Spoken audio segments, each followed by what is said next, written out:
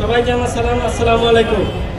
আজকে ইনকিলাব মঞ্চের আয়োজনে আমরা আজকে এখানে শহীদি সমাবেশে উপস্থিত হয়েছি এই গণহত্যার বিচার এবং এই ফ্যাসিস্ট আওয়ামী লীগের নিষিদ্ধের দাবিতে।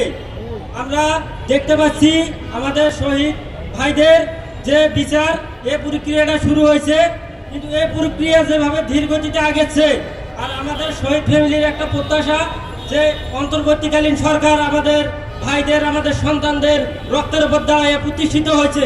আমরা চাই এই সরকারের শাসনামলে আমরা যেন এই শহীদদের বিচারটা দেখে যাইতে পারি। কিন্তু যেভাবে বিচারের গতি আগেছে এবং রাজনৈতিক দলগুলো যেভাবে নির্বাচনের জন্য চাপ দিচ্ছে, এভাবে চলতে থাকলে 5 বছরেও তো আমাদের বিচার শেষ করতে পারবে না আমরা অন্তর্বর্তীকালীন সরকারের কাছে আমাদের জোরালো দাবি, আমাদের এই শহীদ ভাইদের যেন বিচার দ্রুত সময়ের মধ্যে নিষ্পত্তি করা হয়। এবং আরেকটা দাবিতে আমরা এখানে সমবেত হয়েছি, ফ্যাসিস্ট আওয়ামী লীগ সরকারের সরকার আমাদের ওপর যেভাবে নির্যাতন নিপীড়ন চালাইছে, তাদের নিষিদ্ধের দাবিতে আমরা এখানে উপস্থিত হয়েছি। তারা সবসময় নিজেদের একটা দাবি করে আসছে, তারা নাকি 1971 সালের এই স্বাধীনতার নেতৃত্ব দানকারী দল। স্বাধীনতা কি দেশ কি এজন্য হয়েছিল?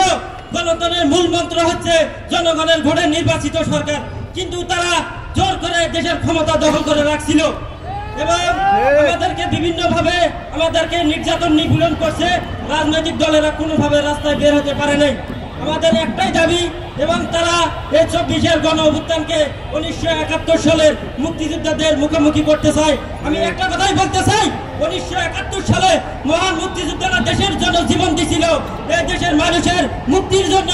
এবং 24-এর গণ অভ্যুত্থানে এই আমাদের ভাইয়েরা, আমাদের সন্তানেরা জীবন দিয়ে 1971 সালে মুক্তিযোদ্ধাদের জীবনের আত্মত্যাগকে আবার পুনরুদ্ধার করছে।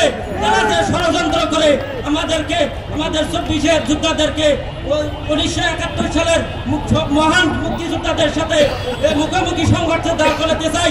যারা মুক্তিযোদ্ধা শহীদ ফ্যামিলির সদস্য আছেন, তাদের কাছে আমার একটাই দাবি, 1971 সালের যারা যোদ্ধা ছিল এবং 24-এর গণ অভ্যুত্থানের যোদ্ধারা সকলে এক কাতারের সৈনিক। এটা আপনারা আমাদেরকে ভুল বুঝবেন না। 1924 সালের শহীদদেরকে এবং আওয়ামী লীগের দোসরেরা এবং ফেসবুকে বিভিন্নভাবে প্রচারণা চালায় যে আমরা 24 সালের এই রাজাকারের নাতিপুতিরা দেশের রাষ্ট্রীয় ক্ষমতা দখল করছে।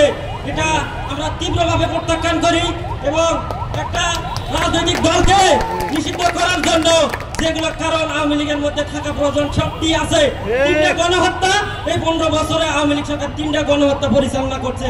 একটা হচ্ছে এই আর্মিদের হত্যা করছে, পরবর্তীতে সাপ্লাই হত্যা এবং সর্বশেষ জুলাই গণহত্যা। এই 3 গণহত্যায় আওয়ামী লীগের নিষিদ্ধ সময়ের দাবি। এবং অন্তর্বর্তীকালীন সরকারের অনেক উপদেষ্টা বলেন যে আওয়ামী লীগকে নিষিদ্ধ করার আমাদের কোনো পরিকল্পনা নাই। তাদের এই কথাকে তীব্রভাবে প্রত্যাখ্যান করি।